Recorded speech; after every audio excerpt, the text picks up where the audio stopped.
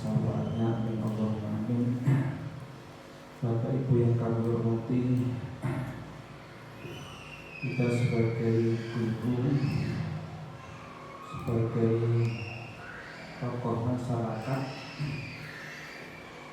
yang mana perkembangan segala sesuatu begitu cepat, maka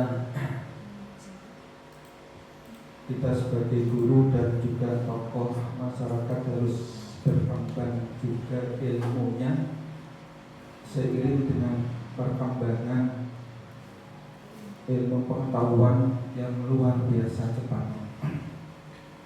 Itu sudah didahulukan oleh Syekh Imam Azhar Muji, pengarang kitab Ta'limul Muta'allim pada tahun 2000 beliau mengatakan waktu mustafidan kulla yaumin ziyadatan minal ilmi, dan jadilah kamu orang yang setiap hari ilmunya update, berkembang. Apalagi guru yang mana murid sekarang sudah pegang media sosialnya. Di dalam media sosial itu banyak pengetahuan berbagai macam, maka ilmunya bapak ibu guru harus juga berkembang, ya juga harus cepat. Jadi sebagaimana katakan oleh Syekh Zarmudi tadi, jadi urwakun mustafidan bulayan ziyadatan minal ilmi, jadilah kamu yang orang yang ilmunya setiap hari itu update, bertambah, karena perkembangan zaman begitu cepat. Minal ilmi wasbah fi buhuril fawaid, seperti ikan di dalam laut. Ikan di dalam laut itu selalu mencari manfaat apa yang bisa diperoleh, yang bisa dimakan, yang bisa untuk mempertahankan anaknya, mempertahankan dirinya. Setiap saat setiap saat ikan di dalam laut itu selalu mencari manfaat, mencari apa yang bisa dimakan untuk kebutuhan sehari-hari dirinya dan juga anak-anaknya. Artinya apa? Artinya ikan saja di dalam laut itu tidak pernah berhenti untuk mencari manfaat. Jadi apalagi kita sebagai guru yang tuntutannya begitu berat, begitu banyak, maka juga pengetahuan yang kita tambahkan juga demikian, harus update terus di mana saja ada pengetahuan yang bisa kita peroleh. Itu dalam masalah pendidikan yang terkait dengan tugas kita sehari-hari. Kemudian yang terkait dengan kewajiban kita sebagai hamba Allah Subhanahu wa taala, kita harus mengabdi, kita harus juga update pengabdian pada Allah, harus semakin kita perbaiki,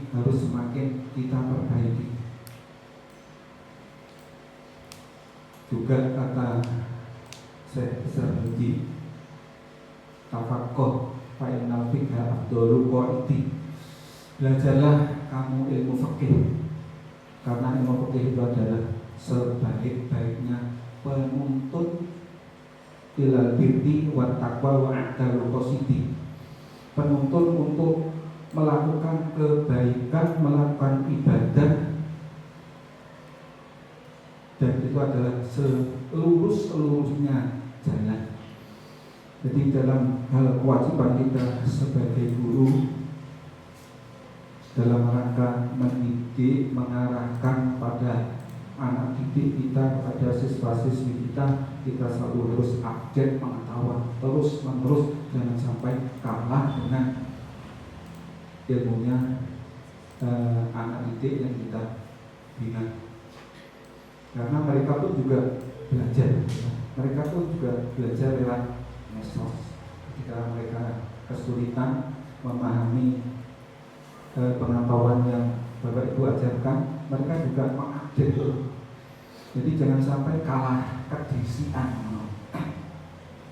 Kemudian lagi di dalam masalah yang terkait dengan kewajiban kita kepada Allah SWT selaku hambanya, kita juga harus mengupdate ibadah kita itu sudah benar atau belum, mana yang harus kita perbaiki, mana yang kurang. Maka kita pun juga harus update, harus ngaji, nambah ilmu agama dengan cara yang Bapak Ibu mungkin bisa laksanakan, termasuk dalam hal sholat misalnya ya, dalam hal sholat mana yang mesti kita harus perbaiki, karena sholat itu harus dikerjakan sesuai dengan syarat rukunnya. Kalau syarat rukunnya, kalau rukunnya itu belum benar, maka kita dituntut terus untuk belajar sehingga bisa melaksanakan kewajiban itu benar sesuai dengan tuntunan, dengan tuntunan. Di antaranya adalah misalnya kita baca Fatihah, Fatihahnya kurang benar. Jadi bagi Bapak Ibu yang mungkin background pendidikan agamanya itu masih umum gitu, masih kurang, maka Bapak Ibu perlu ngaji ilmu agama, perlu ngaji, tidak kok hanya perlu, wajib ngaji, tafakkur, fa'in abika abdul qodi ilal birri. Jadi belajarlah ilmu fikih, karena ilmu fikih itu ilmu yang membimbing untuk melaksanakan kewajiban dengan benar. Jadi kita ingin pesantren, Bapak Ibu harus sadari kita berada di lingkungan pesantren. Jangan sampai kita hanya cuma mengajarkan, misalnya yang dari latar belakang umum, cuma mengajarkan itu saja tanpa bisa mengambil manfaat dari sisi-sisi yang lain di dalam pesantren ini. Ya kudu mulang, ya kudu ngaji bareng, maksudnya ngono. Jadi ya engko misalnya pulang dari sini atau misalnya tugas di tempat yang lain, kita sudah mendapatkan beberapa manfaat. Di antaranya adalah manfaat ilmu agama. Iya caranya itu belajar motor Fatihah, belajar sholat, belajar yang lain-lain banyak. Jadi kalau yang Bapak Ibu yang mondok, yang latar belakangnya pondok, mulai dari A saja itu sulitnya bukan main. Belajar Fatihah saja kadang-kadang tidak cukup 1 minggu membenarkan itu saja. Jadi makanya surga itu diciptakan oleh Allah itu beberapa tingkatan dalam rangka itu. Jadi sholat itu ya sholat tipe C, ono tipe B, ono tipe A, ono tipe A plus, ono tipe A plus dan lain sebagainya. Termasuk surga juga demikian. Allah menciptakan beberapa tingkatan itu dalam rangka menghargai kelas atau kualitas ibadah dari hamba.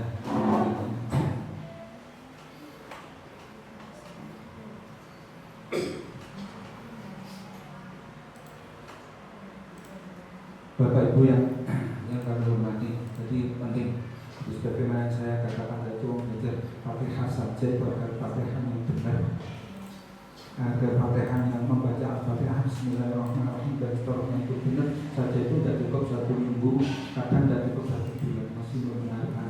Karena kita bukan lidah orang Arab, kita lidahnya orang Jawa, orang Indonesia yang dengan lidahnya orang Arab yang masih jauh, perlu banyak belajar menyesuaikan.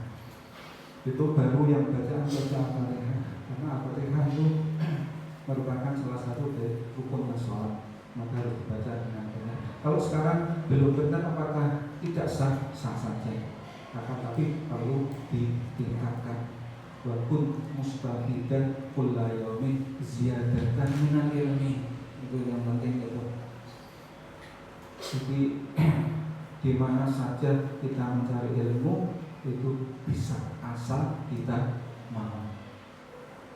Saya contohkan di hal yang lain, misalnya sop, sop itu kalau kita beli itu ada mulai harga 5.000 ada sop, harga 5.000 ada, 10.000 ada, 15.000, 20.000 ada, 25.000 ada, bahkan sop itu ada yang harganya 2,5 juta dengan foto yang betul. Sop itu ya, ada yang harganya 1 mangkok itu, bukan ya, yes, luar dolar. Itu ada yang harganya 2,5 juta, ada yang harganya 3 juta. Sholat juga demikian. Sholat juga ada demikian. Sholat kalau masih harganya mungkin tipe C atau tipe A, tipe C, tipe B, tipe A, tipe A plus dan sebagainya. Itu tinggal kualitas sholat yang kita kerjakan. Mulanya ya loh, wong sumber swarga itu akeh sing getut. Wis mlebu swarga getut. Apa meneh? Mlebu neraka. Getune apa? Getune kenapa orang yen ora tenanan akhire oleh swarga sing tingkatane luwih. VIP.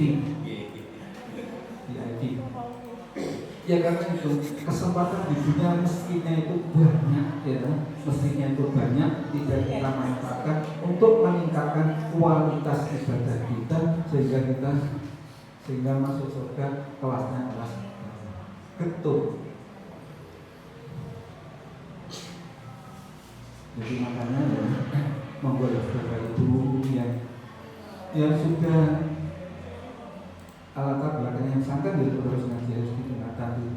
Masih banyak yang perlu kita pelajari, apalagi yang berikutnya itu dari umum gitu, dari umum buat panjenengan gitu. Katamu saya bisa memberikan motivasi gitu, bisa saling mengoreksi, saling mengingatkan.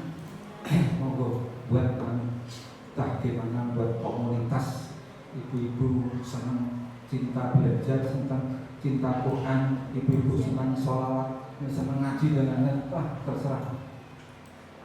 Jadi iman. Jadi senajan toh sebenarnya nutus warga itu getun tapi getune raman. Getun raman. Ya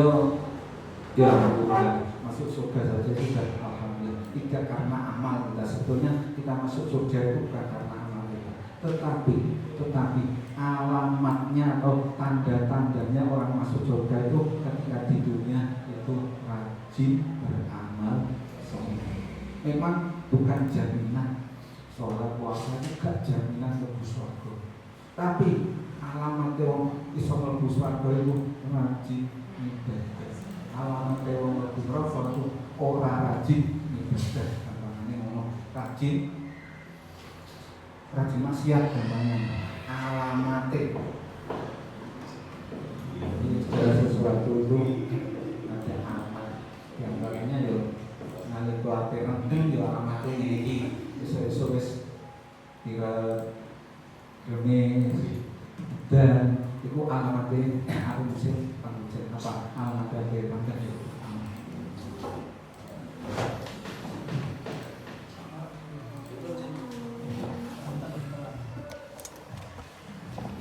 Juga ini perlu saya sampaikan,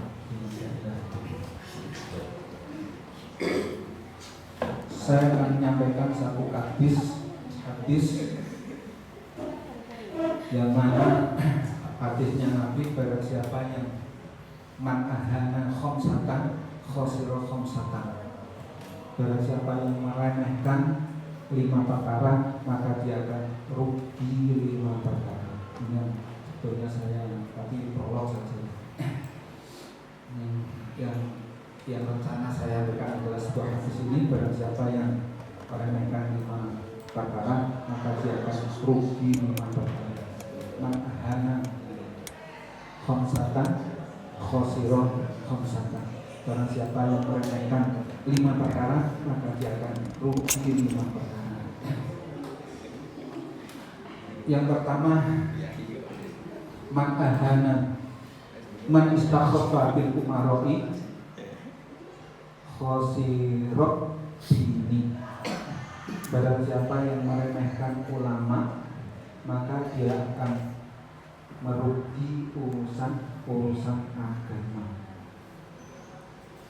Jadi ulama itu adalah sebagai penerus para nabi atau warisatul anbiya. Nek zaman Kanjeng Nabi ono iku urusan agama fokus nonggone Kanjeng Nabi. Sekarang Nabi sudah tidak ada.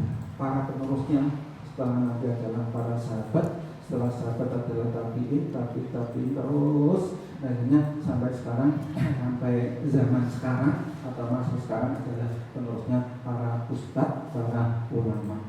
Sekecil apapun ulama di lingkungan panjenengan, itu adalah wujud dari penerusnya para nabi. Itu harus dimanfaatkan dalam urusan agama, harus